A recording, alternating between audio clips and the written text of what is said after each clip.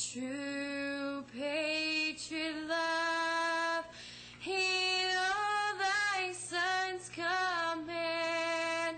With glowing hearts we see thee rise, the true north, strong and free. From far and wide, oh Canada, we stand on guard for thee. God, keep our land glorious and free. Oh Canada, we stand on guard for thee. Oh Canada, we stand on guard for thee.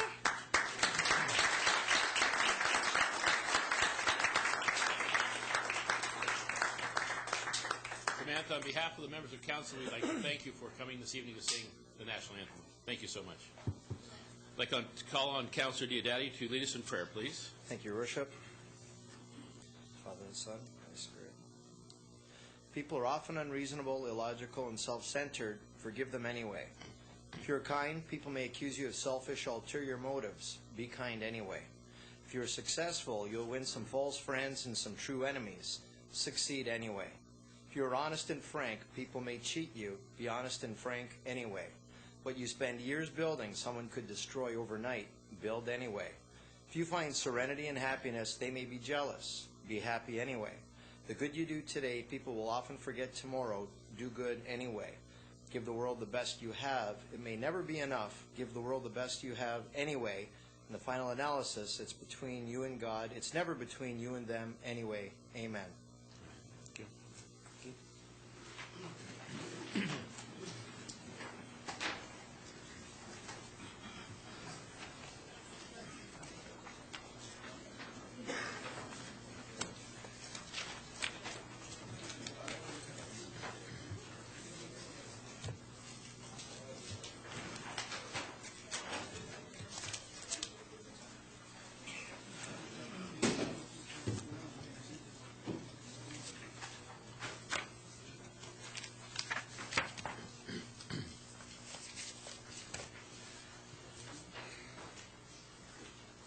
Members of Council, the first order of business this evening is the adoption of the Council minutes of April 26, 2010. Moved by Councillor Fisher, seconded by Councillor Maves. Any comments or questions or amendments to the minutes? Having seen none, all those in favor? Motion's carried. Thank you.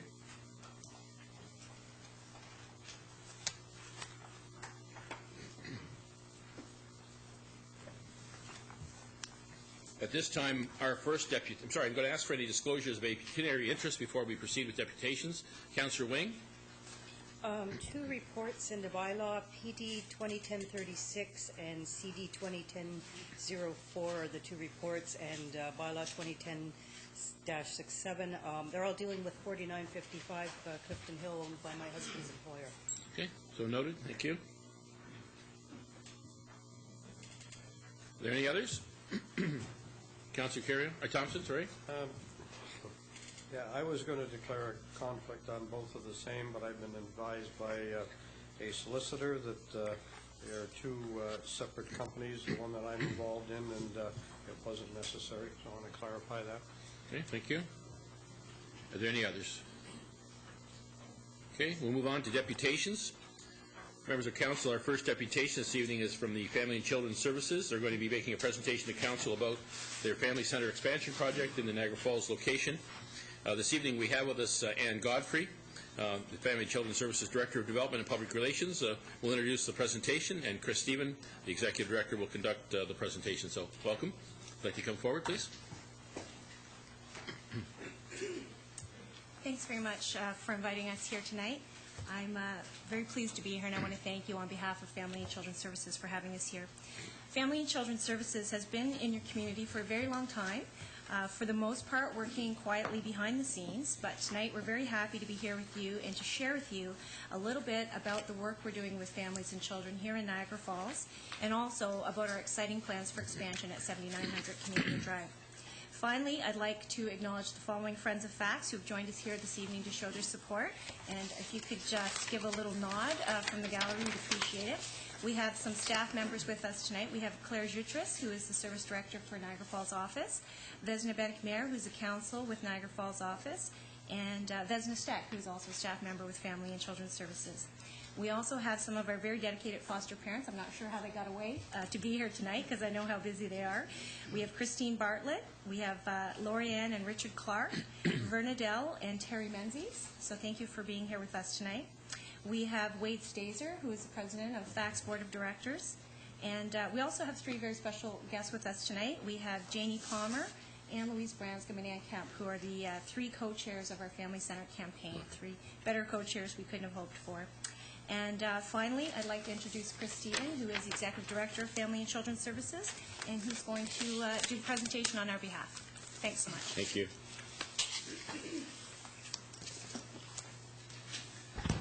Thank you, Ann.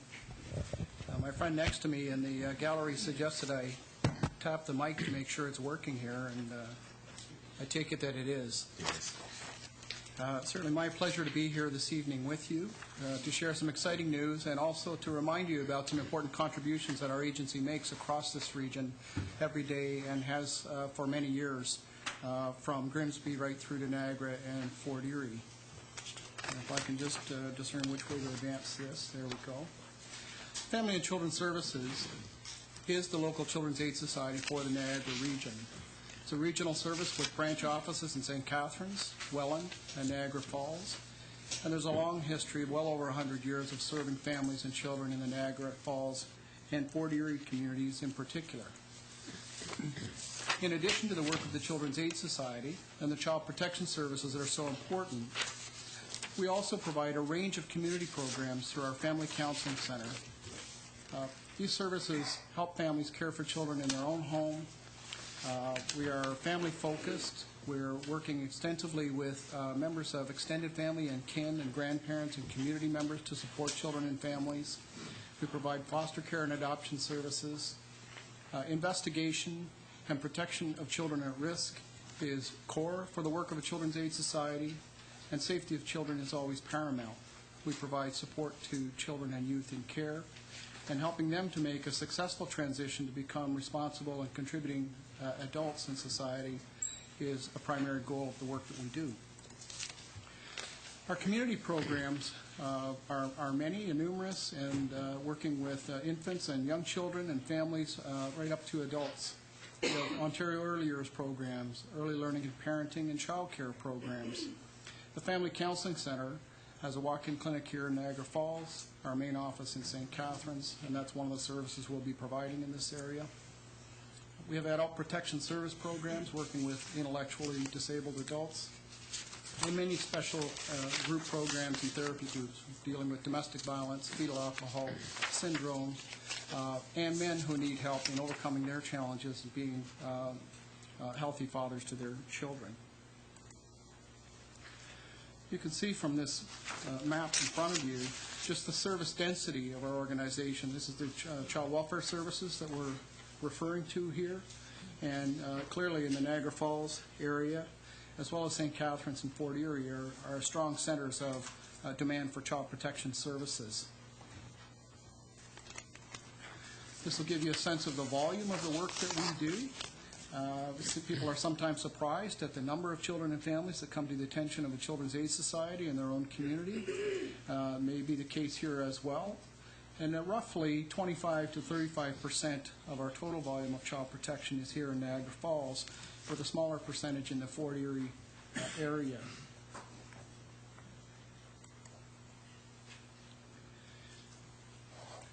Having shared with you a little bit about the work that we are doing on your behalf every day, we want to mainly tell you tonight about an exciting development that was referenced earlier in terms of the expansion of our facility. Some time ago, we moved to Canadian Drive behind the Niagara Square Mall, and we're currently looking to double that facility to better accommodate the needs of clients and children and families from the Niagara Falls community as well as the Fort Erie area. This site is wonderful because it provides a good highway and public transit access. It has a green space and privacy and some tranquility for families who are in distress. When they do come to our offices, is a much warmer, friendly, and private setting. And we can customize the facility to meet the child and family needs. The Family Center Edition, which we're affectionately calling this expansion, will be child and family focused. It'll offer indoor and outdoor play areas, comfortable family visiting rooms, which is so important when parents are in distress and are coming to visit children or to see social workers and other professionals that are helping them.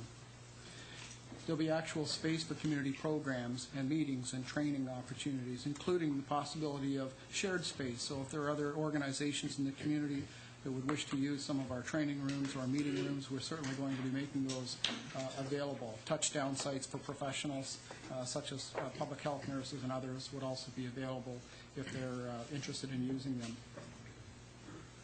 The warm and inviting atmosphere for kids and families is very important to generate a climate of not only security but acceptance. And it's that kind of acceptance that we all need to extend to families who are disadvantaged and marginalized much of the time.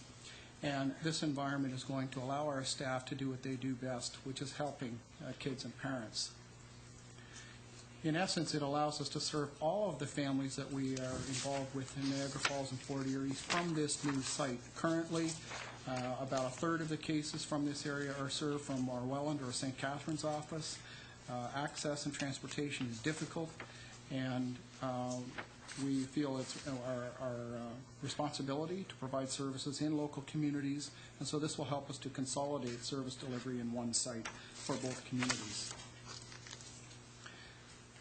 Just some numbers in terms of the project.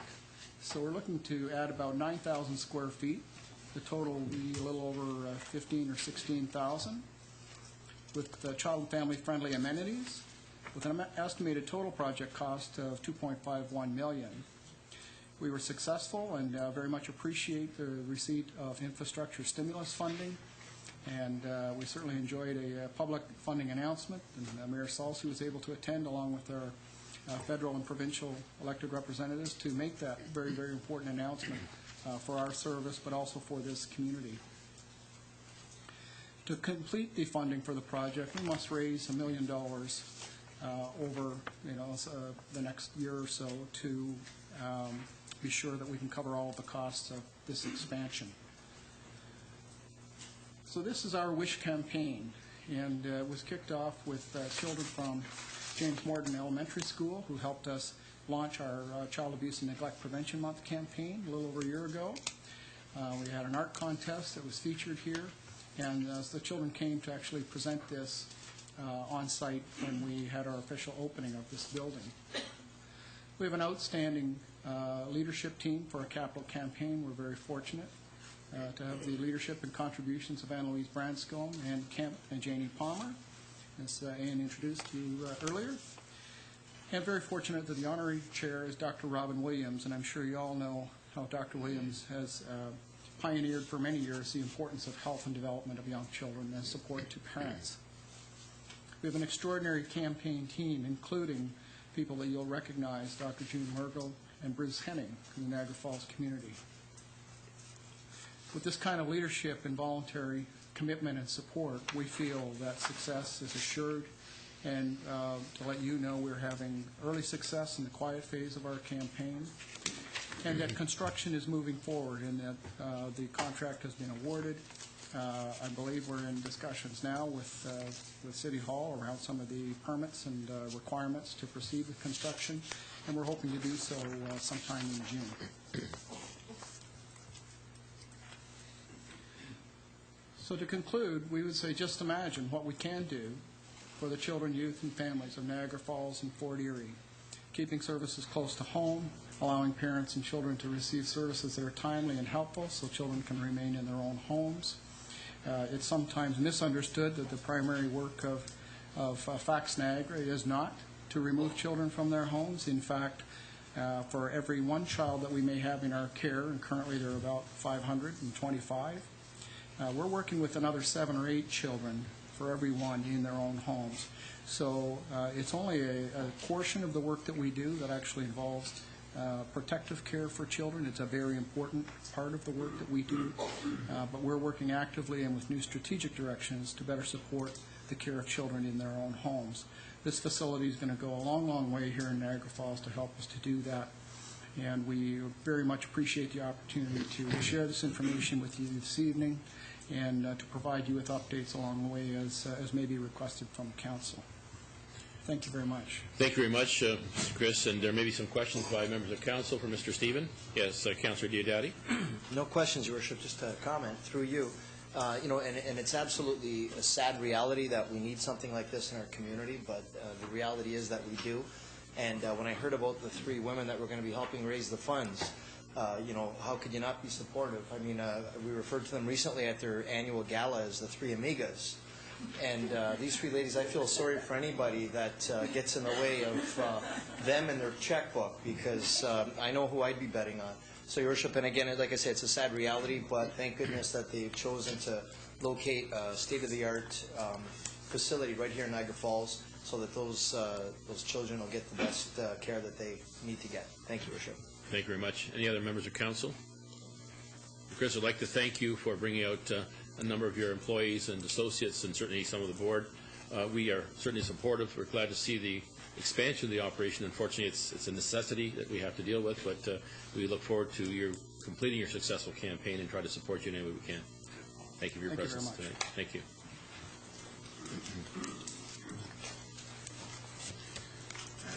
Move on to the next deputation, members of council. This evening we have representatives once again from the Niagara Falls 1812 Task Force, and the Bicentennial Task Force is represented this evening by Patricia Rigby-Schmelek, who will, of the Niagara Community Artists Group, will introduce speakers and close, along with Susan Noakes, who will speak about the project, and Don Jackson, who will talk about partnerships. So, welcome, ladies and gentlemen.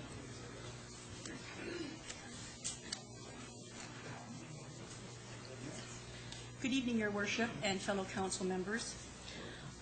As the Mayor said, I am Patricia Rigby-Schmelek, and I am Secretary of Community Artists Niagara, CAN. I wish to thank you for your support on CAN's first ever arts grant. The 1812 Task Force is our partner in the successful grant. As you may be aware, we received the award last week along with Mayor Tetzelsi. So, we are pleased to have this opportunity to present this evening Susan Noakes, Volunteer Project Coordinator, who we hope will capture your interest, and Don Jackson, Board of Museums, who will be sharing with you the partnerships we have developed in support of this community initiative. Susan? Good evening. I'm Susan. I'm volunteering with CAN, and it's my invitation is to you to join us for our first costume workshop. Dispatches 2012 was a project developed to carry out the mission of the Bicentennial Task Force to prepare the residents of the city of Niagara Falls for the Bicentennial, which is a huge opportunity coming up. We had, the task force had the plan to encourage all community groups to plan their own bicentennial events.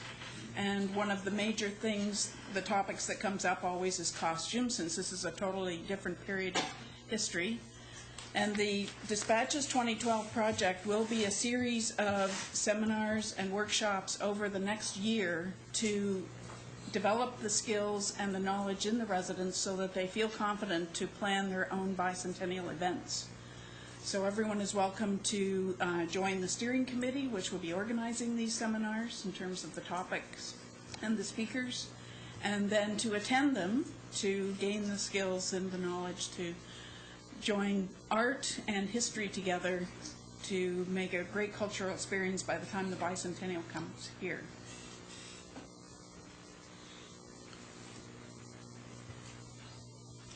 The project really requires the help of the task force to be an effective partner, because it's their budget that is supplying some of the money that we use to leverage the money from the Department of Culture and Recreation.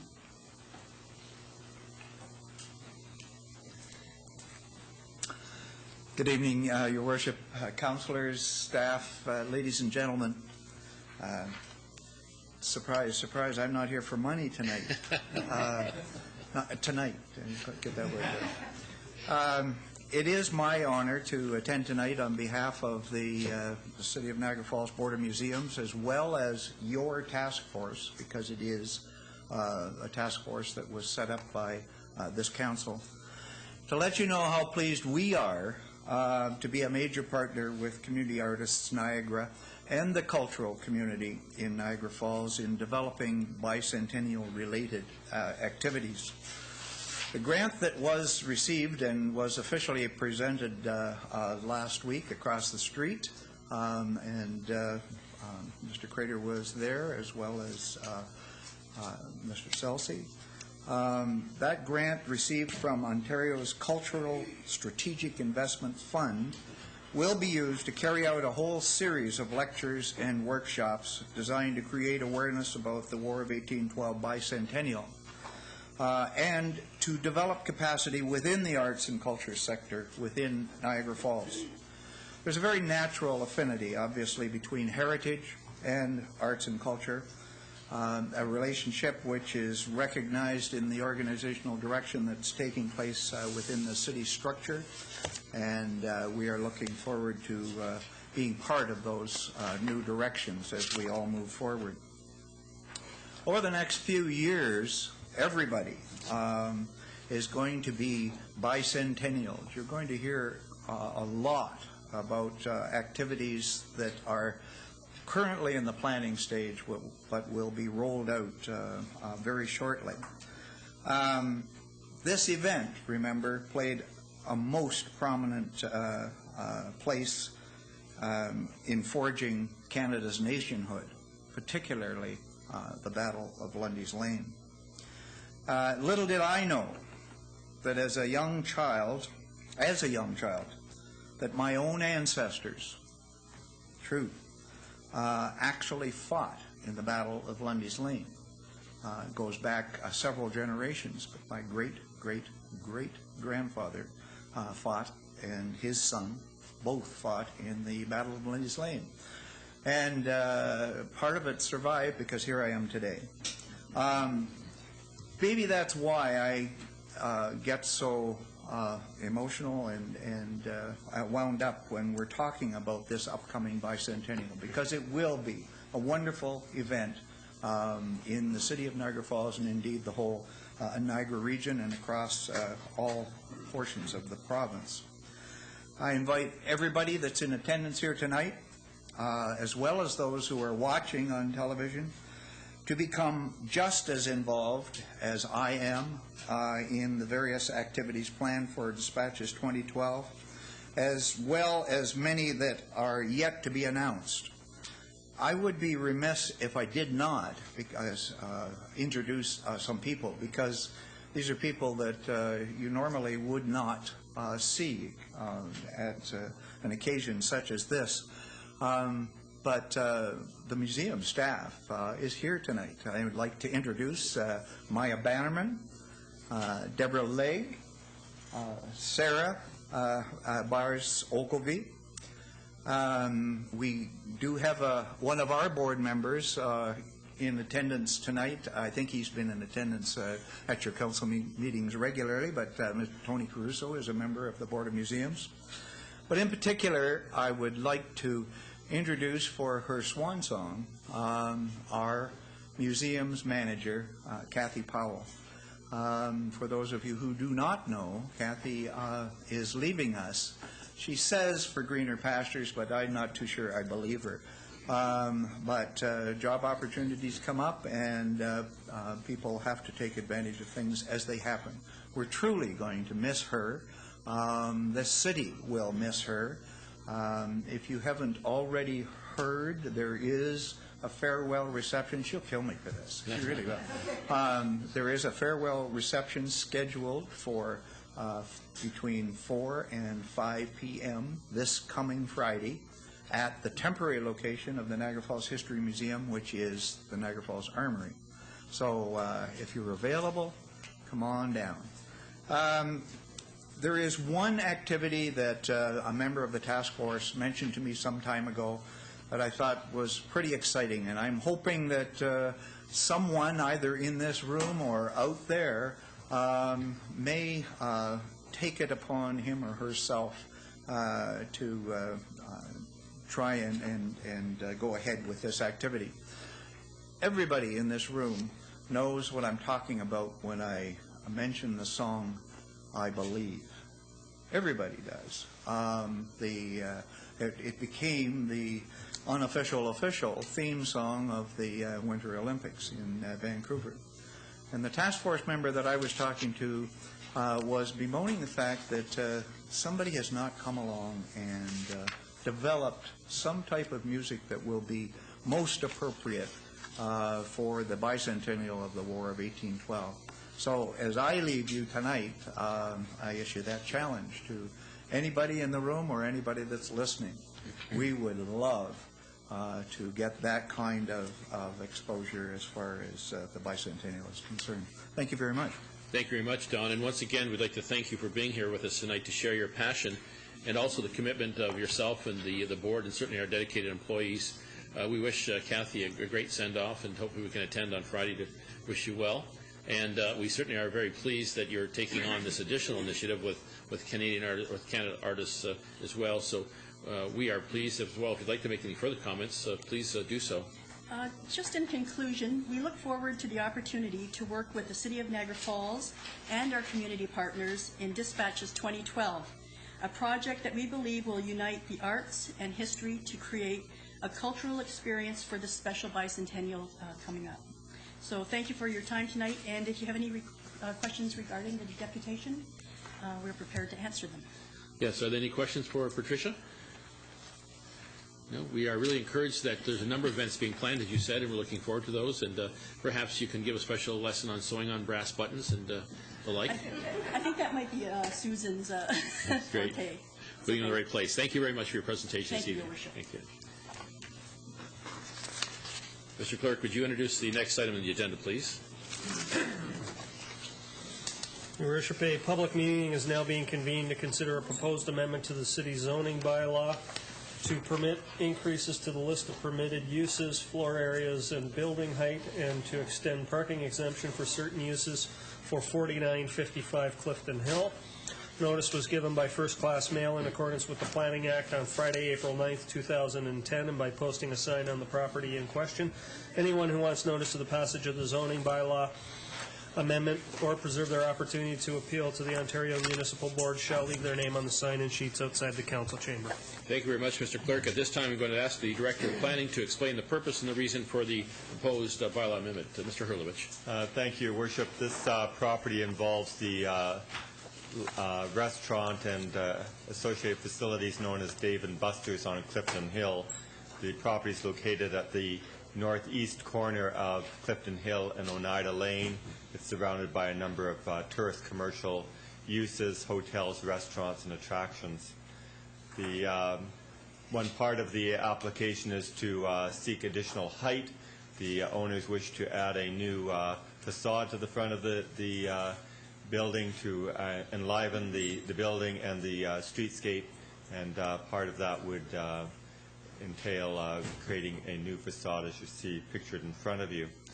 The amendment is for the lands to add additional uses and to also exempt those additional uses from providing parking.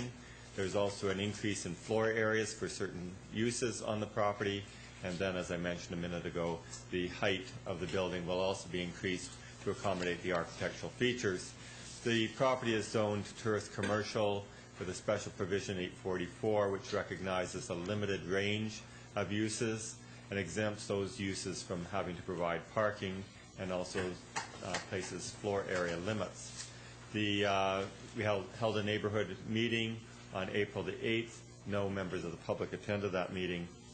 The official plan for this area designates the area as tourist commercial, and it's part of the Clifton Hill sub-district. This area is to function as a commercial entertainment center for the tourist area. A wide range of commercial entertainment uses are permitted by the official plan, including restaurants, cafes, nightclubs, museums, and other tourist-related uses. The requested uses conform with the official plan for the area. The zoning, as I mentioned, is tourist commercial, which limit with special provision 844, which limits the range of uses on the property to a billiard room, exhibit hall, pinball game establishment, restaurant, theater, cinema, and exempts those uses from having to provide parking, and it also limits the floor area and seating in those facilities. I just mentioned at this point as well, the exhibit hall would provide for the exhibition of exotic or of animals. There is a report on this agenda tonight dealing with the animal control bylaw. The applicant is now requesting to add a miniature golf, place of amusement, a nightclub to the list of permitted uses, and he's seeking to exempt those uses from providing parking. The applicant has requested a nightclub use as a site-specific use.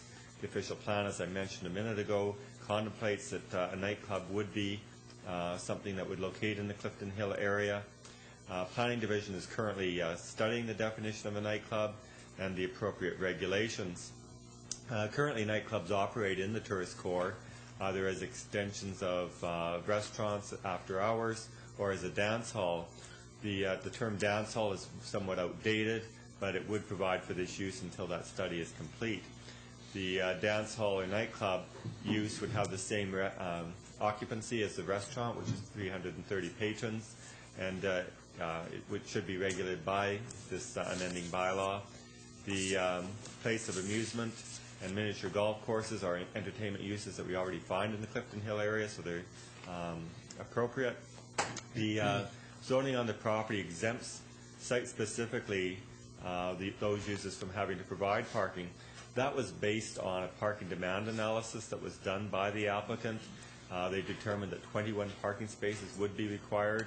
The property enjoyed legal non-conforming status for 41 spaces. That is, would have been required to have 41 spaces, but because it didn't have the parking, it actually had those parking spaces as a credit, and we applied that against the 21 spaces that were required by the change in use, and that resulted in a net of 0 spaces. The applicant is seeking to expand that exemption for the additional uses, that is not providing parking, and also seeking some larger floor areas. The dance hall nightclub, as I mentioned, is the same occupancy as a restaurant, and so there's no further parking required for that use. The applicant submitted an update of that previous parking demand analysis, which demonstrates that no additional parking would be required for the increased floor area for the museum or miniature golf. That is, they would increase from 390 square meters to 500 square meters. And they also demonstrated the floor area for a pinball electronic game establishment from 900 square meters to 1,000 square meters would not result in any additional parking being required. There is no increase in the floor area of the building. The applicant is requesting, additional height for the purpose of the architectural features, which I showed you earlier. That would include a parapet wall, a ship's mast. The signage shown on the elevation slide would be governed by the city's sign bylaw. As these features are intended to animate the facade, they don't constitute any occupiable space and do not add to the building massing. This request is believed to be acceptable. In conclusion, then, we support this request because it provides for uses anticipated by the official plan. The proposed uses and floor area adjustments do not result in any increase in parking demand and should not create any additional off-site parking problems. The requested building height will permit the architectural features that were illustrated. Therefore, it's staff's recommendation that council approve the zoning bylaw amendment application to permit or add the miniature golf course, the place of amusement as permitted uses on the property, to increase the floor areas of museums and pinball electronic game establishments, to continue parking exemptions, and to permit the height of 22 meters to accommodate the architectural features, all as described and subject to the details of the report before you. Those are the highlights. Thank you very much, Mr. Hurlovich. And once again, members of the public are advised that failure to make an oral or written submission at this public meeting will result in the Ontario Municipal Board dismissing any referral that it receives. Failure to sign the sign-in sheets will result in staff rejecting an appeal as per Section 34, subsection 19 of the Planning Act. At this time, Council will hear from anyone other than the applicant who wishes to speak to the proposed bylaw amendment. Is there anyone other than the applicant who wishes to speak? Please come forward. Be kind enough, please, to state your name and address, and please note our 10-minute allowance. Good evening, Your Worship, members of Council, City staff. My name is Charlie Berland, and I am here tonight as the neighbor representing C.I. Berland Properties, Niagara Clifton Motor Inn Limited, and Beefeater Niagara. Over the past year, there's been a lot of construction activity at Dave & Buster's, formerly the Pilgrim Motor Inn, and we've worked well with the owners. And I was speaking with the owners earlier today. Our council, who did submit a letter to the open public meeting a month ago, and we're pretty satisfied with the direction the project's going. We believe the project is good for the area. Our only two areas of concern are, one, construction, especially this time of the year. There was an incident last July 1st, which was a Wednesday, that ended up closing down Clifton Hill, Oneida Lane, vehicle and traffic sidewalks. Since then, there have been no problems. The owners have worked with us. So I believe, and I have their word, that the traffic issue, construction issues resolved. The other issue has to do with the 22-meter sail and the pirate ship, which is going to probably end up going to the city for an easement, encroachment agreement for 10 feet in front of the building, which will block our Dairy Queen. Our Dairy Queen's been there for 10 years. It's a viable business, and we've got a few dollars invested in it. I did speak with the owners today. My council has talked to their council today, and they have agreed that whatever we need to do to work together and not impact our business, they will do. You'll notice on maybe some of the plans that you have received, there is no height of the pirate ship off of the sidewalk. And that's deliberate because they don't know what height exactly it's going to end up at right now, so that it does not block our operation at Dairy Queen. The other concern is if for some reason between the two of us working together it is decided that our company may have to make some alterations to the Dairy Queen to maintain its current exposure on Clifton Hill, we may have to come back to the city for an easement or whatever to be able to move out a little bit. So we're here in favor of this project. Those are our only concerns, is the construction and the pirate ship. I believe they're taken care of, and we just wanted to bring that to your attention, that we need the city's cooperation and involvement with us two owners to see that it all works out in the end. Good. Thank you very much, Mr. Berlin. Thank you. Is there anyone else who'd like to speak to the proposed bylaw amendment other than the applicant? Once again, is there anyone else other than the applicant? Okay, having seen none, we'll ask the applicant or his representative to come forward, please. Thank you, Mr. Mayor, members of council, staff, ladies and gentlemen. Very quickly, I'd just like to thank several members of the planning department that have worked very closely with us on this application, and that's Messrs. Hurlovich, Meck, and Bryce, and also Mr. Ken Beeman, who has also worked with us as city solicitor on the issue of the encroachment, which will come back to council at a later date. On the next report, I'd also like to thank Mr. Dean Irafita for working with us with respect to the exotic animal situation. Just a very brief point of clarification. On page 3 of the report, there's a definition of place of amusement, which does not include the words fun house and exhibition hall. The more detailed definition of place of amusement is included in the bylaw, which is placed later on your agenda for tonight, and that is the definition of place of amusement that we're all seeking. And again, we've worked very closely with the planning department to come up with that definition. Other than that, if there's any questions, I'd be pleased to answer those. Are there any questions of Ms. Gilberti with respect to this application? No? No, thank you. I guess there isn't. Is there anything else you'd like to say? No, that's all. Thank you. Okay, thank you very much. Any other questions from members of council or those present with regard to this application? Okay, having seen none, then the public meeting with respect to the proposed zoning bylaw amendment is now concluded. In the pleasure of council. Approve the amendment. Councillor Fisher, motion to approve. Seconded by Councillor Carrio. Any further discussions or comments? Having seen none, all those in favor? Opposed? Motion is carried. Thank you very much. Thank you. Mr. Clerk, could you move on to the next item on the agenda, please? Your Worship, as alluded to in conjunction with the last report, is a report on an amendment to our animal control bylaw. The original proposal was that Dave & Buster's would have a display which may display a Siberian tiger from the Greg Fruin Theater. It's our understanding that that's not currently going to happen. However, the applicant would like to proceed with an amendment to our exotic animal bylaw in the eventuality that they may bring forward a Siberian tiger for display.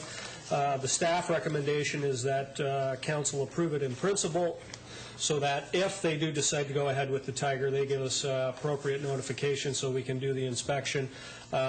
Obviously, the exotic animal would be handled by Greg Fruin Theater, who's had a similar exemption themselves and have demonstrated over the last 5+ years that they can obviously maintain animals of this nature.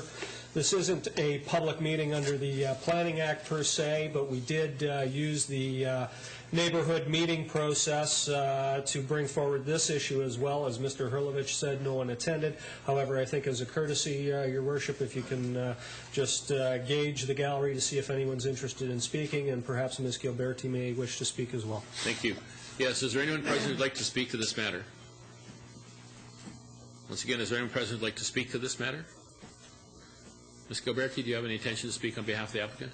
Just very briefly to indicate that at the time that the request was made, the intention was to display the tiger. Since then, we're going to be displaying only the birds, which I believe do not come under the exotic animal bylaw. But since the request was made, we would like to keep the request on the table in the event that that changes back to a tiger.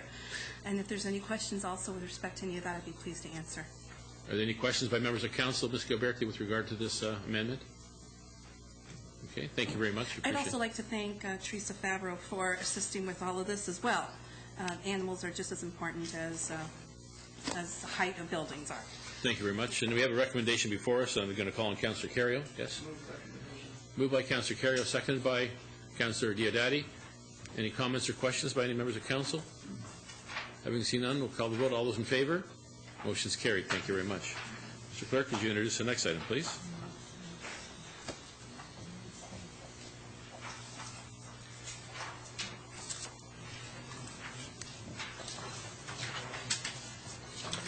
Your Worship, a public meeting is now being convened to consider a proposed amendment to the city zoning bylaw to permit an exhibition as a temporary use at 5611 North Street. Notice was given by first-class mail in accordance with the Planning Act on Wednesday, April 21st, 2010, and by posting a sign on the property in question. Anyone who wants notice of the passage of the zoning bylaw amendment or preserve their opportunity to appeal to the Ontario Municipal Board shall leave their name on the sign-in sheets outside the council chamber. And once again, I'm going to ask the Director of Planning to explain the purpose and the reason for the proposed bylaw amendment. Mr. Hurlovich. Thank you, Your Worship. This application involves the former Gerber building on Stanley Avenue at Kitchener Street. The property is on the west side of Stanley Avenue, extending between Kitchener and North Street. To the west is the hydro corridor, to the north is a parking lot, and to the east are commercial uses. South of the property are commercial and residential uses. The proposal is to use only a portion of the building. There's a floor plan on the screen in front of you. Only a portion of the building is to be used for this place of exhibition. The balance of the property is still used for industrial purposes. The application is to add then a temporary use for a period not extending or exceeding 3 years for a place of exhibition. The property is currently zoned general industrial, which does not permit this use. The applicant is seeking to have the bodies exhibition occur this summer. The official plan designates the area as tourist commercial in the official plan. It's part of the Clifton Hill sub-district. The area is to function with a wide range of commercial entertainment uses, including attractions, and this use would fit within those uses. The requested use is temporary, and it does comply with the official plan. The lands I mentioned are zoned general industrial, which permits a wide range of industrial uses. The property is currently being used for light industrial uses such as warehousing, outside storage of building materials. While it would be preferable to have the entire parcel placed under a tourist commercial zone to implement the official plan and to permit the place of exhibit or museum, the applicant wants to continue some of the industrial uses, so this will require a more comprehensive land use review, and we'll be working with the owner in the future in order to determine the appropriate zone for the current uses as well as the place of exhibit. In the interim, the applicant does want to proceed with the museum exhibition hall and have it opened in time for the current tourist season. The proposed exhibition under the term museum does not conflict with any of the industrial uses.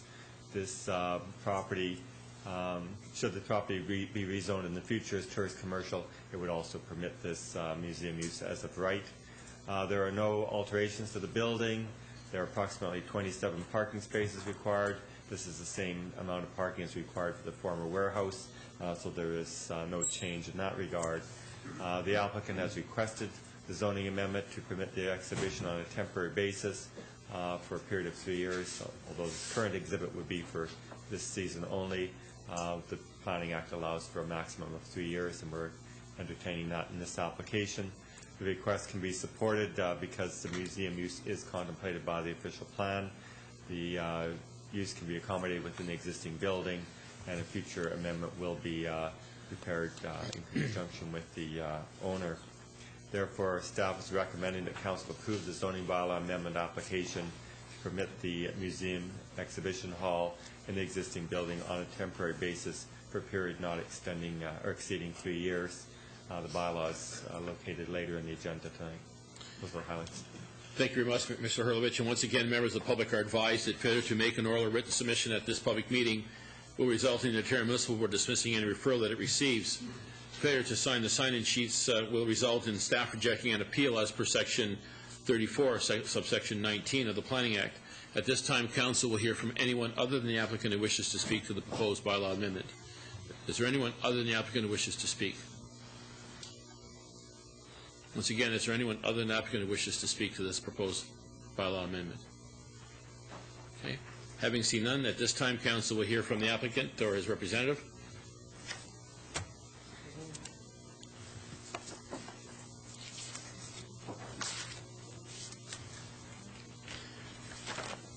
Your Worship, members of Council and City staff, my name is Anthony DiCienzo, and I represent Canadian Niagara Hotel.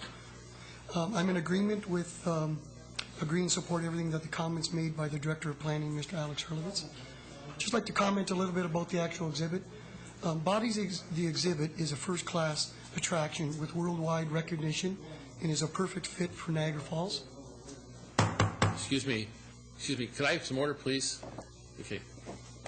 With existing economic conditions, Bodies the exhibit will attract a new type of clientele that's similar to the Royal Ontario Museum and the Ontario Science Centre. A large advertising campaign is in place to attract tourists from across Ontario, Quebec, and the U.S. bordering states. This will be the benefit for the entire tourism sector, and many hotels have already started to package this exhibit with their hotel rooms. Also, the exhibit is looking to create approximately 65 jobs. At this time, I'd like to conclude the presentation. Any questions? Thank you. Are there any questions of the applicant? Yes, Councillor Ioannoni.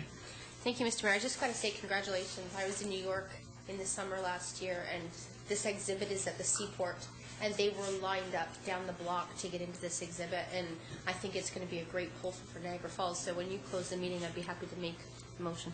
Thank you. Good, thank you. Councillor Thompson. Yeah, I just want to compliment the staff. I know that there is an agreement to have this exhibit come to our city, and it was last minute when they found out that the zoning wasn't appropriate, and I know that this moved extremely quickly through the staff and coming back with a positive recommendation. This is what it's all about for tourism in Niagara Falls, new and exciting exhibits that attract a different clientele and people, and congratulations on having that come here, and I look forward to seconding the motion. Thank you. Okay, thank you. Are there any further questions of the applicant or by those present? Excuse me, sir. Okay, I'm just going to, if you did. Excuse me, sir, did you have something you'd like to ask with regard to this application? You're welcome to come forward. Please come forward.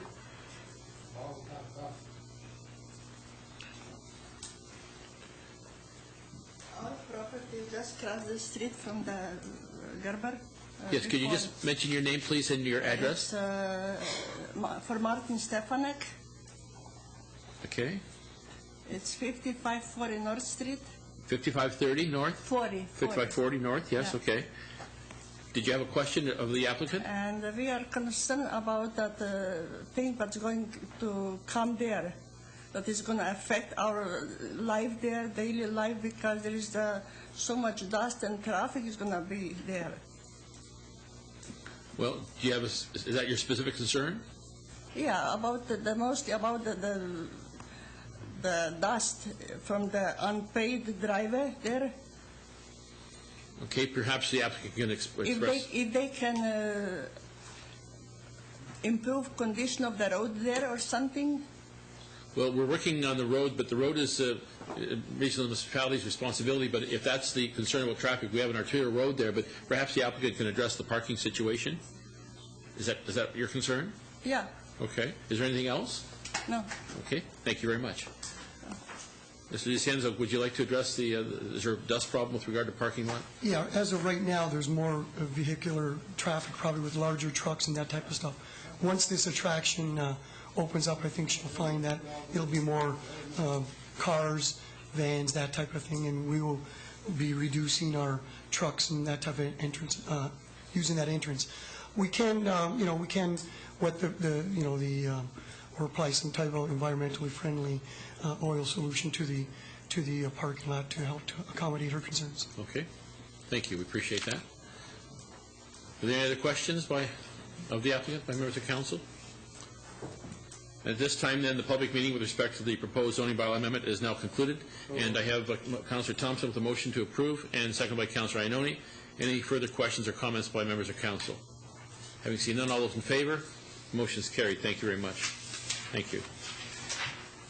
Mr. Clerk, we move on to the next item on the agenda, please.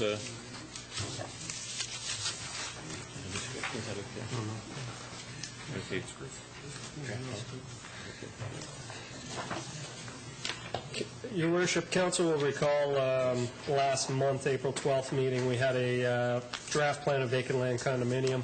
We had the public meeting. We closed the public meeting. In retrospect, we're sort of questioning whether it should be closed or not.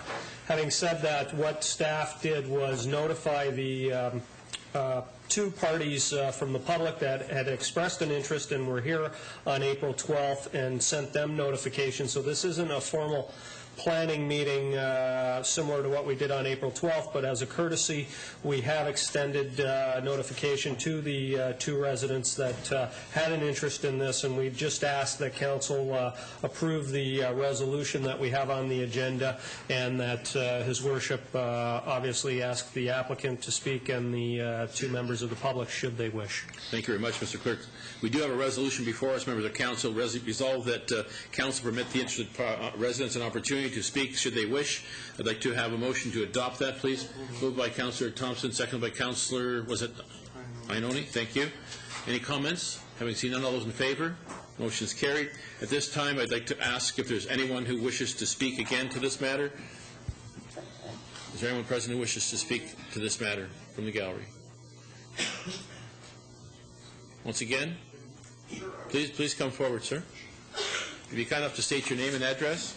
Your Worship, Rick Mino, 6101 Gardner Road.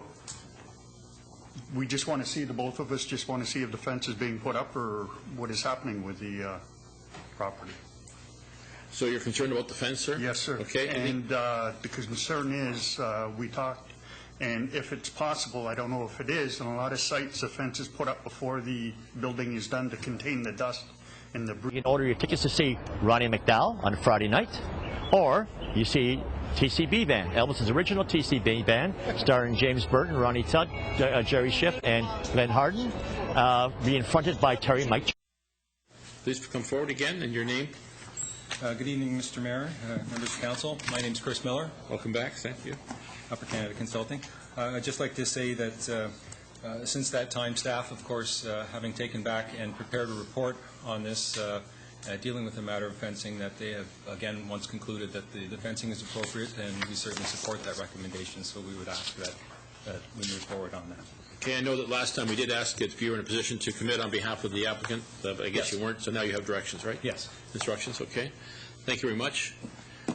Mr. Clerk, can we actually, are we going to close the meeting at this point? Well, it's not a public No, meeting. not a public meeting, so that's right. So, okay, is there a preference by Councillor Thompson? Yeah, so where are we? We're exactly the same place we were 2 weeks ago. You know, the people in the area are looking for some protection with a fence. And, you know, I appreciate that somebody wants a chain link fence so they can look at a stagnant pond, but I don't think that's that appealing anyway. And if it can be made, if the residents are looking for a board fence to provide them more privacy, the people on the inside probably would appreciate that, and the people in the area would like that. So I haven't changed my mind, and obviously the residents haven't changed their mind. So I thought during the past couple of weeks we could have had some dialogue and discussion to bring this together. 107-unit condo development, townhouse development. In my opinion, this is a minor situation to put up a board fence, and I'd like to see it there, and so would the people in the surrounding area. Thank you. Councillor Wing? I don't think we're in the same spot we were 2 weeks ago. Unfortunately, it sounds like the residents didn't get a copy of this report, but I appreciate the arguments. I think a copy should be provided to them. I appreciate the arguments that staff made, and I guess since they didn't get the copy, I'll just read a couple of pertinent paragraphs. No, they did not. They didn't. The really important parts of the report are that the stormwater pond will be assumed by the city as a municipal facility in the future. And it's the city's practice, not just here but everywhere, to enclose stormwater ponds with chain link fencing. And this type of fencing is preferred because the openness provides visibility and surveillance from adjacent lands and meets the subted principles. If individuals trespass and find themselves in trouble there, they're more readily visible from surrounding properties than if it were solid wooden fencing. And chain link fence is more easily maintained and less susceptible to deterioration or vandalism, and so in the long term, maintenance costs for the city are lower. Now, if this was the developer's fence, I'd be happy to say, yeah, go ahead, put the board up, but it's going to be our fence, and we're going to have to maintain it and clean it up if it gets vandalized. And, you know, there is the concern about if people trespass, then Disorder, please. Just, you have the floor. Okay, thank you. If people trespass, they aren't going to be as visible from the sides that are enclosed by board fencing. So I'm really glad that staff brought this before us, because at this point I'm thinking it might be better to go with the chain link that we usually use to enclose such pond facilities. Thank you very much. I would request from the clerk to make a comment, and also from our city solicitor. Sure. I just wanted to make sure there's no confusion. The fence we're talking about, the councilwoman, the woodboard fence would be the developer's fence. Yes. The existing chain link fence will become the city's fence.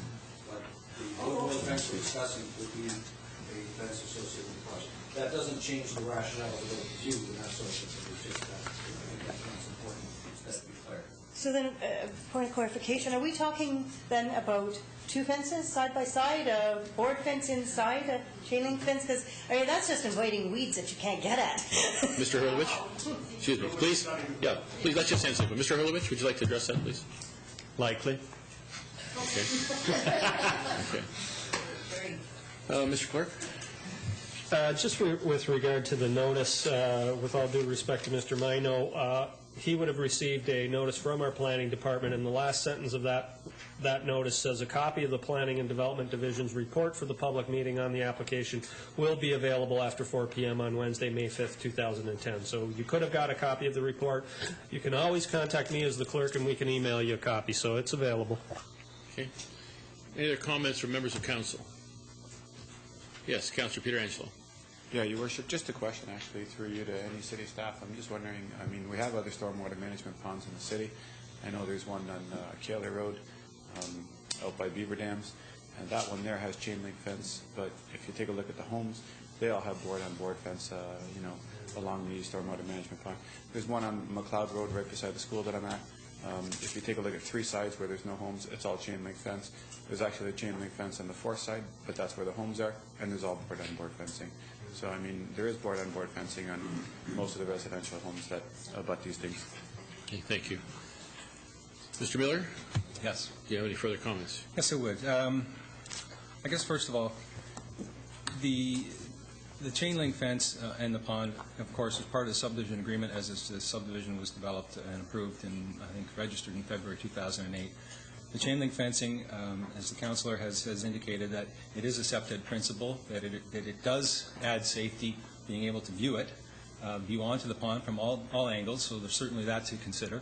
I would ask that the council also consider that Garner Road, coming down, the pond is there, this is the main entrance into this neighborhood, that putting up a board fence at that location could very well end up being a canvas for graffiti, and requesting us to put up a board fence that, you know, this pond is set back, or the fencing would be sent back from the road. There's no further development west. It's the urban boundary, that if there are kids in there at nighttime, it would not be seen, and this would end up getting covered in graffiti, and at whose expense would it be to clean it up? To the developers. I reiterate that this is certainly a marketing feature on behalf of our builders. The people would definitely want this view, trust me. It's a premium view. To put up board fencing there is not going to be beneficial. It will, in fact, detract from the selling features of the property. So there are other matters to be considered in this regard, and certainly our preference is that it's an accepted standard now for safety, that putting up a board fence there is not going to change the matter anymore. So please consider that and consider this vote favorably. Councillor Thompson? Yeah, well, I haven't changed my mind, and suggest that a board fence is going to be the opportunity for graffiti to exist. You go around every subdivision development, every town housing development, they have appropriate fencing around them for the privacy of the residents, and I don't see any difference here whatsoever. I think it's appropriate, and I haven't heard the arguments that have changed my mind. And not only the people in the area are going to be subjected to a huge change of 107 town housing units, and not only the traffic and the congestion and the other activities that take place with that. I think that the inclusion of a board fence is not unreasonable, and I'd make the motion again. Okay, we have a motion by Councillor Thompson. Is there a seconder to the motion? Councillor Fisher, do you wish to speak? Pardon? I would just like... Okay, did you hear it? Approval of the report with Yeah, I have no problem. The condominium is already approved. I would just like to add, we have a bylaw that would address the graffiti, and we certainly have a lot of people out there now watching graffiti, so we can address that. But I do believe the board on board is a more attractive presentation into a subdivision. So I'm going to support that. Okay. Yes, Councillor Peter Ansel. Your Worship, can I just ask for clarification on the motion? I'm wondering if the board-on-board fence that is in the motion is on all four sides, or are we looking at just the westerly portion of the stormwater management pond? Councillor Thompson, you want to clarify that? Is it that property that backs onto the residence? I think we're going to have a board fence around the entire project, except we're talking about the one back section that overlooks the pond. Is that correct? That's correct. There'll be board-on-board fencing along the north boundary and the east boundary. They are backing onto private lots. So there's residence to residence. Here we have a situation where we have some public land or future public lands, and that's what these individuals will be backing onto. Being set back, we certainly don't think that privacy is an issue. I should mention also that these, as a condominium, there won't be fencing going from the backs of the units all the way to the ends of the units to where you are asking us to put this fence. There'll be short fencing from the unit itself, out maybe 3 meters, and that whole back area is open, and that's open for maintenance, so that maintenance crews can get in and do all the landscaping and things like that and around the condominium. So there isn't actually fencing going from everybody's rear unit out to the fencing at the storm pond. It's actually open, so what's going to be occurring there is that fence will be put up and... Councillor Peter Ansel, you have the floor. Yeah, I still don't know what the motion is, Your Worship. Okay. Mr. Clerk? I don't know where the fence is going. Okay. Councillor Thompson, do you want to explain your intent, please? Going adjacent to the pond, On the residence that's suggested. You're talking about the west side? The west? That's the west side. Okay. So that would essentially take it around the entire premise. Save it except the frontage. Correct? Save it except the front? Okay. Councillor Ioannoni? So only one side of the stormwater management pond will have board-on-board fence. The rest, all of the 3 sides will be open with chain link? Correct. Is that what I'm understanding? Perhaps Mr. Hurlovich can clarify that for us, please. Yeah, on the slide that's on the screen now, the stormwater pond is the whole of that white block to the left of the 2 blue blocks. Okay. The bongers live to the north of that white block. So they, in fact, will have a chain link fence. There's a chain link fence there now. The pond is in existence. So that will be chain link fence next to the bongers property. There will be a wooden fence coming down, Dean, where you are now, along there. So what Councillor Thompson's recommending, the wood fence there. Staff has already said there will be a wood fence along the north side and along the east side. There won't be a fence along the road side. So the stormwater pond will be totally visible from Garner Road and the other 2 sides? That's correct. And Mr. Mayor, that totally still complies with SEPTED concepts. So I don't have a problem with that. Okay, any further questions, comments? Excuse me, sir, I'd like to, sure, please come back. I would just like to specify the height of the fence. Okay. Mr. Hurlovich, would you know the height of the fence? 1.8 meters. Okay. That's a standard required? That's correct. Okay. All right. If there are any other questions by members of council? Having seen none, we'll call the vote. All those in favor, please raise your hands. Unanimous. Thank you very much. Thank you again.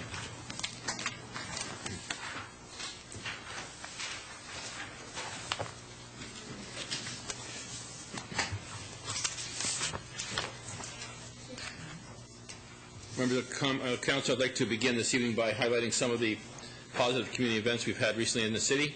I was pleased to represent council at the Niagara Sports Foundation Award Ceremony on May 1st. I want to congratulate all the young people along with the seasoned athletes in our community who were honored that day. On behalf of the members of council, I offer our thanks to the Niagara Sports Foundation for their commitment in developing athletics in the city of Niagara Falls. The Niagara Falls Schools in Bloom competition is officially on. I was pleased to join Councillor Peter Angelo at the A.N. Meyer Secondary School last week for the kickoff of this premier annual event. It's always exciting to see our students get involved in greening their schools and neighborhoods, and I wish the best of luck to all the schools in this year's competition. On behalf of members of council and our residents, we offer congratulations to the Regional Municipality of Niagara as we celebrate their 40th anniversary with them. We are pleased to be part of the festivities, and we'll be hosting a mobile display banner later in the year to support this milestone at the region. It was with great appreciation that I met hundreds of dedicated volunteers at our community clean sweep event on Saturday. Even though the day was cold and wet, we had a great number of people brave the elements to come to clean up our streets. Afterwards, we could see the results of the cleanup by the quantity of large yellow bags spotted around our city. I want to thank the Parks and Rec and Culture staff, all the sponsors for their gracious support, and to everyone of the volunteers who were there to make a difference and to clean up our city. We marked an historic date in Niagara Falls earlier this month as well with the final skate at our Niagara Falls Memorial Arena. It was good to see so many people take advantage of the free ice time and to come out to mark the occasion. In addition, after the final events, both Stamford and Jack Bell arenas will be closed for use as well. We're grateful for the many years of skating, tournaments, games, practices, and events that these facilities have provided. And as a community, we certainly look forward to the future use of our new Gale Centre 4-pad arena. I'd like to draw your attention as well to something you received in your package this evening, that the members of the council, that the invitation from the Lions Club of Stamford to attend their Tourette Syndrome fundraising dinner dance. The event is being held on May 15th, and tickets are available for purchase through the Stamford Lions. I encourage all those parties interested to certainly attend. I'd also like to remind the public that the second Go Train Public Information Center meeting will be held at the McBain Center on Monday, May 17th at 6 p.m. We certainly invite everyone to attend to learn more about the potential to bring the GO Train service to Niagara Falls on a permanent basis. The Mayor's Youth Advisory Committee will be holding their final event of the year on May 20th, and I invite all of you to attend the Schoolapalooza at Oaks Park at 3 p.m. This is a free event open to high school students and their families, and we look forward to it being a great success once again this year. And this concludes my remarks this evening. Move on to communications and comments of the City Clerk. First, we have a request that May 27, 2010 be declared as CNIB Day in the City of Niagara Falls. Moved by Councillor Peter Enzo, seconded by Councillor Diodati. You've heard the motion. All those in favor? Well, thank you. Motion is carried. We have the Ontario March of Dimes request that the week of May 30th to June 5th, 2010 be proclaimed as National Access Awareness Week in the City of Niagara Falls for the approval of Council. Moved by Councillor Peter Enzo, seconded by Councillor Fisher. Once again, all those in favor? Motion is carried. Thank you. We have a report from the Main and Ferry BIA with regard to the 2010 budget and revised Board of Directors list for the consideration of Council. Moved by Councillor Maves and seconded by Councillor Carrio. Any comments? Having seen none, all those in favor? Motion is carried. Thank you. We have a recommendation again, Michelangelo's Prehistoric Old Timers Hockey Club regarding ice hour costs, and a recommendation to refer to staff for report. Moved by Councillor Carrio, seconded by Councillor Maves. You've heard the comment. Any further questions? Having seen none, all those in favor? Motion is carried. Thank you. Mr. Clerk, are there any additional items for Council's consideration this evening? No, Your Worship. Thank you. We have ratification of Corporate Services Committee actions. I'm going to call on Chair, Councillor Peter Angelo, for those, please. Thank you, Your Worship. It's quite lengthy tonight. First, that the minutes of the April 26th meeting be approved. Report F 2010-31 dealing with the Boys and Girls Club request. It was recommended that Council fund the City's portion of development charges. Also that the City's contribution of $2.159 million towards the Boys and Girls Club new facility be debentured in 2010. And also that Council direct staff to register a lien on the property for the City's contribution to the facility, and that the length be negotiated between parties. Next report F 2010-30 just dealt with the debentures, and it was recommended that Council request the Region of Niagara to issue debentures on behalf of the City, totaling $3,955,891. Next report, F 2010-27, dealing with our quarterly financials. It was recommended that Council receive the report for information and that Council make adjustments to the 2010 general purposes budget for spending decisions made after the approval of the budget. Report F 2010-28, financial policies, capital asset policies. Council approved the capital asset policy as it was attached in the report, Your Worship. Next report, PD 2010-38, dealing with the request to waive fees for outdoor cafes within the downtown CIP. It was recommended that staff investigate an appropriate rate per square meter to be charged for the use of city sidewalks for outdoor cafes, within CIP areas versus non-CIP areas, and report back to committee and council prior to 2011. It was also recommended that staff continue to collect an application fee of $500 and that this become a one-time fee rather than renewable every 5 years for all outdoor cafes in the city. Third recommendation as part of the report was that due to the disruption of infrastructure and road work along Queen Street, that this year the annual charge for outdoor cafes be waived. And lastly, that the legal division switch from an agreement process to a permit system with delegated authority from council to authorize staff to issue permits for all outdoor cafes within the city, and that renewals automatically occur where the owner or operator can demonstrate that A, there is no change in the size, configuration, and occupancy of the outdoor cafe, B, the appropriate insurance certificate is provided, and C, that the annual square meter charge is paid. Next report, HR 2010-06, dealing with workplace violence and harassment prevention. It was recommended that council approve the new policies and the respect in the workplace, which is the harassment prevention policy. Report TS 2010-27, dealing with the on-street parking space removal in front of former Capri. 3 recommendations. First, that 5 existing on-street pay parking meter spaces adjacent to 5438 and 5420 Ferris Street be eliminated. Also, that signage be installed reflecting no parking within the zone where the pay spaces were eliminated. And lastly, that the owner of 5438 Ferry Street is to compensate the city in the amount of $2,980 for lost revenue, signing modifications, pavement marking obliteration, and parking machine removal. The last report was TS 2010-28, dealing with the Niagara Falls Community Health Center 15-minute parking meter, and it was recommended that council approve the installation of 2 15-meter parking meters in front of 4481 Queen Street, which is the new Niagara Falls Community Health Center, for the purpose of patient pickup and drop-off accessibility. And lastly, that the Springalicious temporary signage be permitted on city property. And I would submit the minutes, Your Worship. Moved by Councillor Peter Angelo, seconded by Councillor Diodati. Any further comments or questions? Having seen none, all those in favor? Motion is carried. Thank you. Move on to the consent agenda. Pleasure of council. Move the consent agenda entirety, and moved by Councillor Ioannoni, seconded by Councillor Diodati. Once again, you've heard the motion. Any comments? Having seen none, all those in favor? Motion is carried. Thank you. Move on to resolutions. Member of Council, we have a resolution be it resolved that the Council of the Corporation of the City of Niagara Falls hereby requests the Regional Municipality of Niagara to issue debentures in accordance with the terms and amounts set out below, and further that the City confirms that it has entered into a contract for or authorized the commencement of all works herein listed. Also, please note the revised amount that we discussed earlier. Be that your attention. So thank you. Moved by Councillor Fisher, seconded by Councillor Maves. Once again, any comments? Questions? Having seen none, all those in favor? Motion is carried. Thank you. Move on to bylaws. Mr. Clerk, are there any additional bylaws for the consideration of council this evening?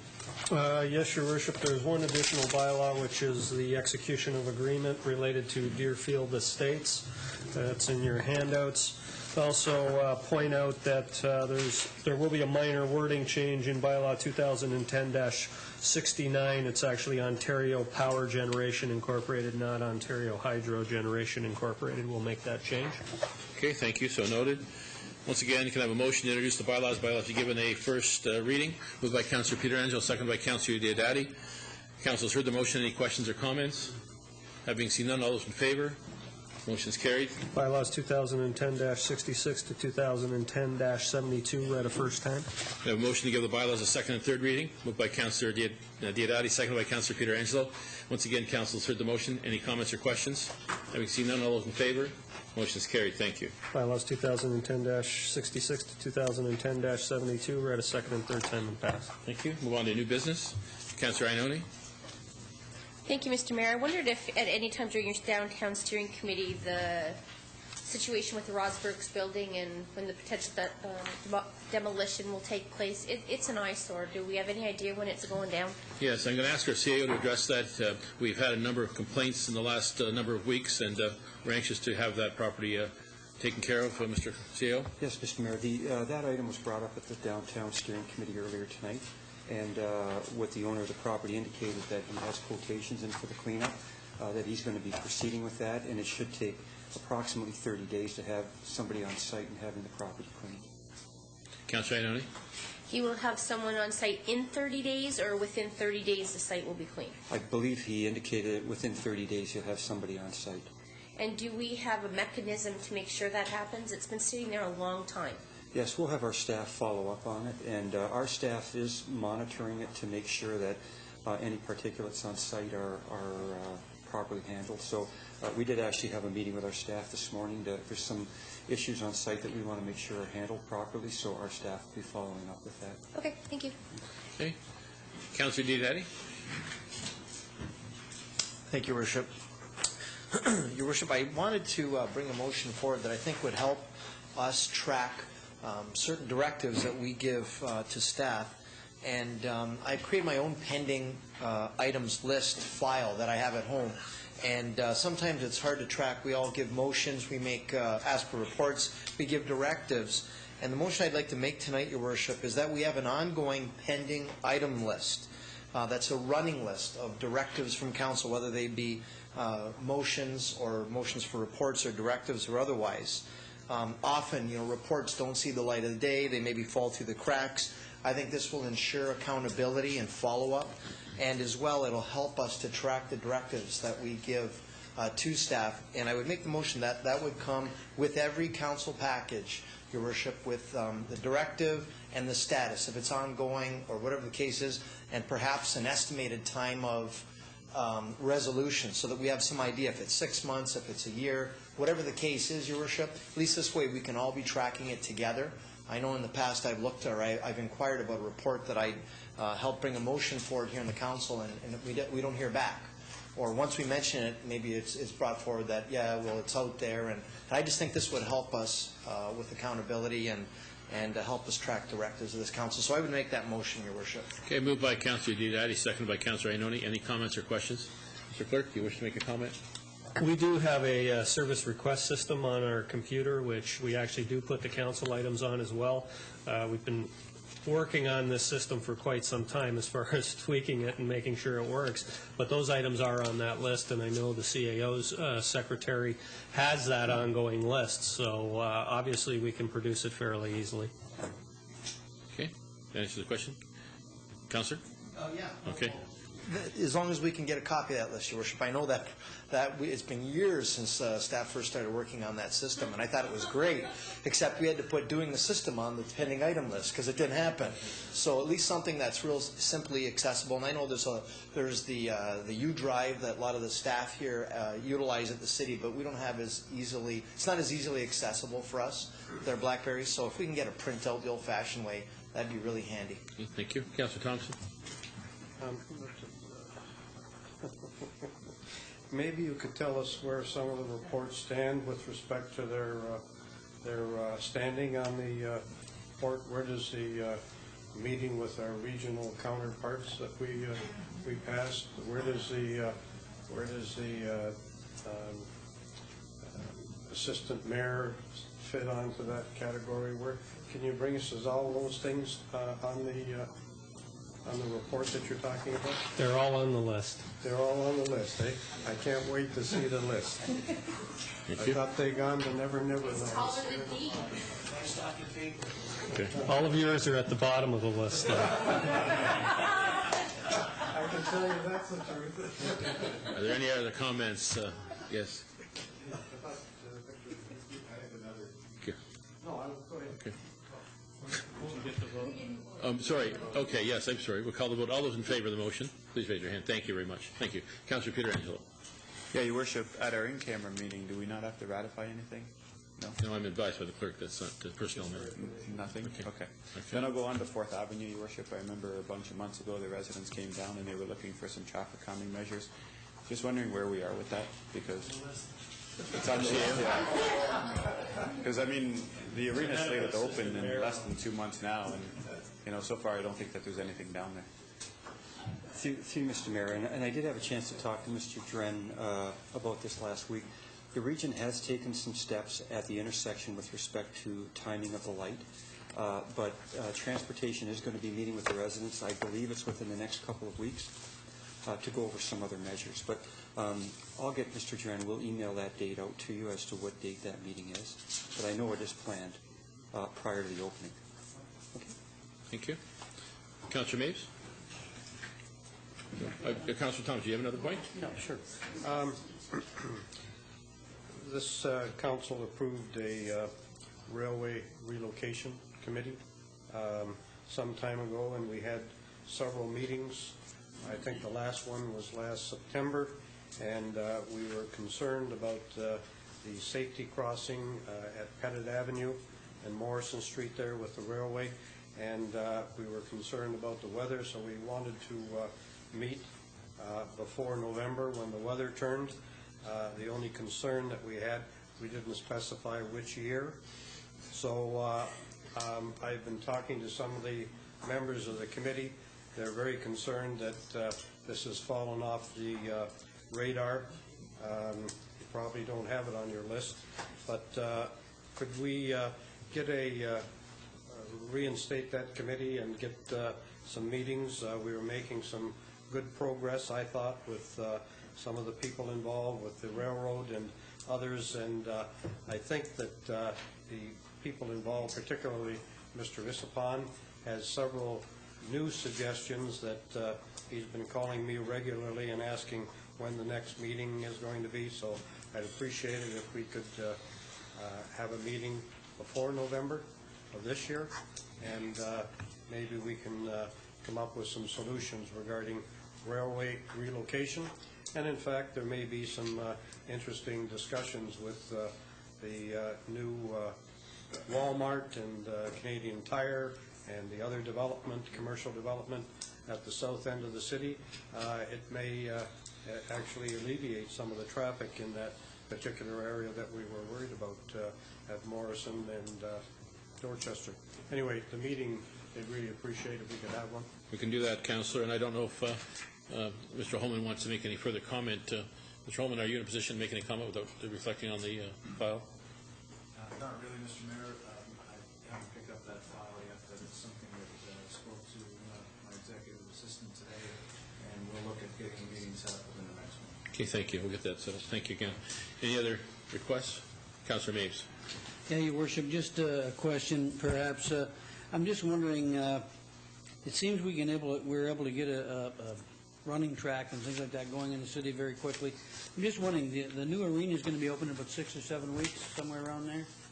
Isn't there some way we can get a temporary road or something, just a gravel road or something into the parking lot to alleviate some of the things that are going to happen? Is there someone can...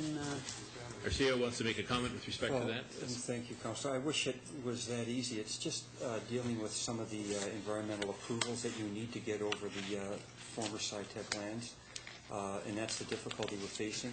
The region is going through their process now, and as we indicated, I think a couple meetings ago, the plan right now is to have all of that work in place with construction starting sometime in the middle of 2011, with it open sometime in the fall of 2011. And when we reported to Council previously, we indicated that it'd probably be about 1 year that we would have to use 4th Avenue prior to that road being open.